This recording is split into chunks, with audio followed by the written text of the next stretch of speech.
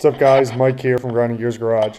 We're just going to do a little video today on what we find why our Raptor here is smoking. We took the exhaust off already and we're going to show you guys what we found. You can see it's real oily in there. There's a good bit of residue right here. But what we're going to see is if it needs valve seals. So pretty much we're going to take our carburetor out and our intake boot off and see if we can see inside, see what it looks like. One way to tell if it's valve seals, there should be oil dripping. The valve stem should be wet, which will show us that the valve seals are dripping down, and that's where we're getting the oil in our motor.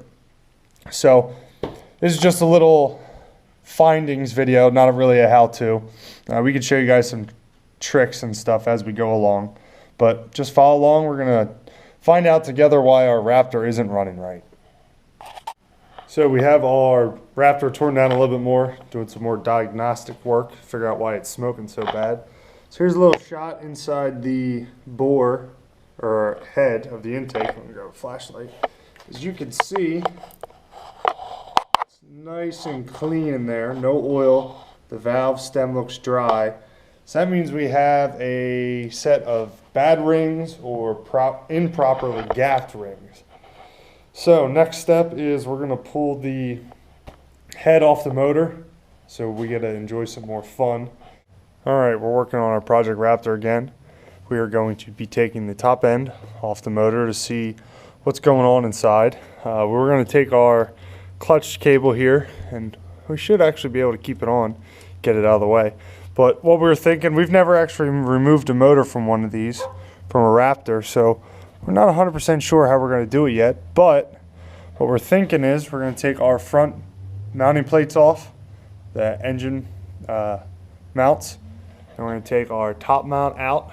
We're going to take the whole thing off, the pinch bolt and the two bolts up top. Then we're going to remove our bolt in the back here, and we're actually going to see if the motor will lay forward enough that we can actually take the head off in this general area over here. Not 100% sure yet what's going to happen, but we're going to try it and see what we can find. So we're going to pop these three bolts out, take our engine mounts off, take these three bolts out up top, take that mount off, and take the one in the back, roll the engine forward and see what we can get. Alright, so we dropped out all of our bolts, everything but the bottom bolt underneath there. They were all 14 millimeter for the actual bolts that hold the motor to the mounts, and then the 4 up here on the front and the 2 up here on the frame were 12s.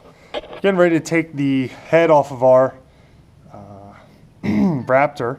Just looking at some things, trying to figure out timing. We found there's a timing mark. Where did we put our flashlight? There's a timing mark right here at the top. Let's see what I did otherwise. Which makes it easy to time, thankfully.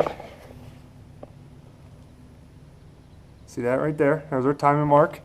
And then there's a timing mark on the other side on our flywheel, which points to a notch in the case. Right in here.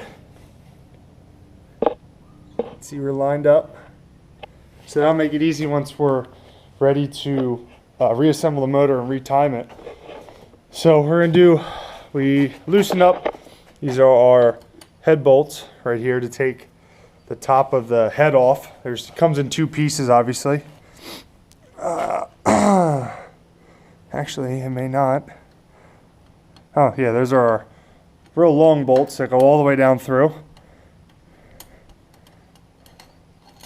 I got one more we have to loosen up. But then after that, just a few bolts around the outer edge, we could pop the head off. We're going to loosen up our chain tensioner, and then we're going to pop our timing gear off the side here, 17 millimeter, so we can get our head out of the way. It looks like it's all run off one central cam for your intake and exhaust, which is nice and easy. You only have one cam at a time versus 2 of them. We're going to see if we just loosen this up enough, we may be able to just pop the timing chain off so we don't have to worry about putting our timing gear back on. So we're going to do a little bit more work and we'll be right back. All right, so we're able to pop our timing chain tensioner off and loop it off of our cam gear. Now, one thing you want to make sure is you put something when you remove your head to hold the timing chain so it can't fall. We're not 100% sure what the issue is yet, but it looks like it may be a head gasket. The piston looks fairly clean. I don't think it's rings. We're going to crank it over and see what the sleeve looks like.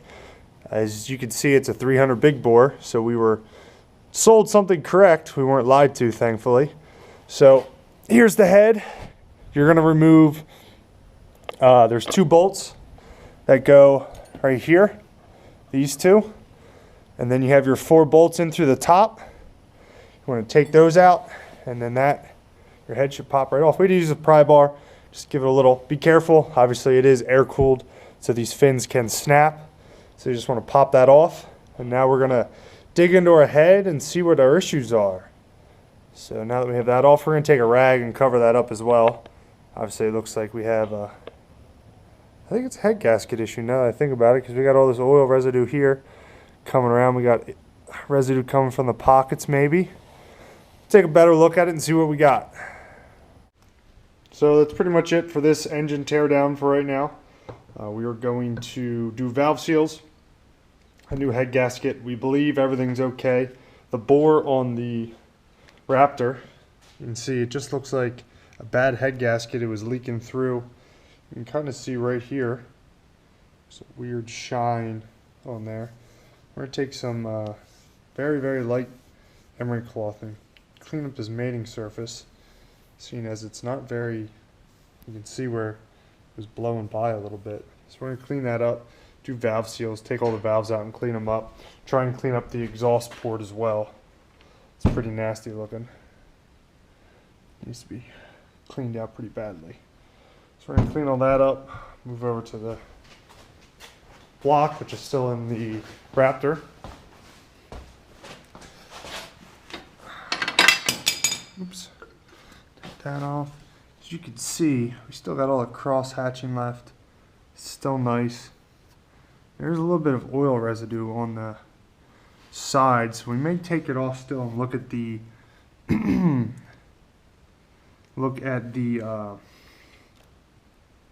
ring gap, make sure it was installed correctly by the previous owner.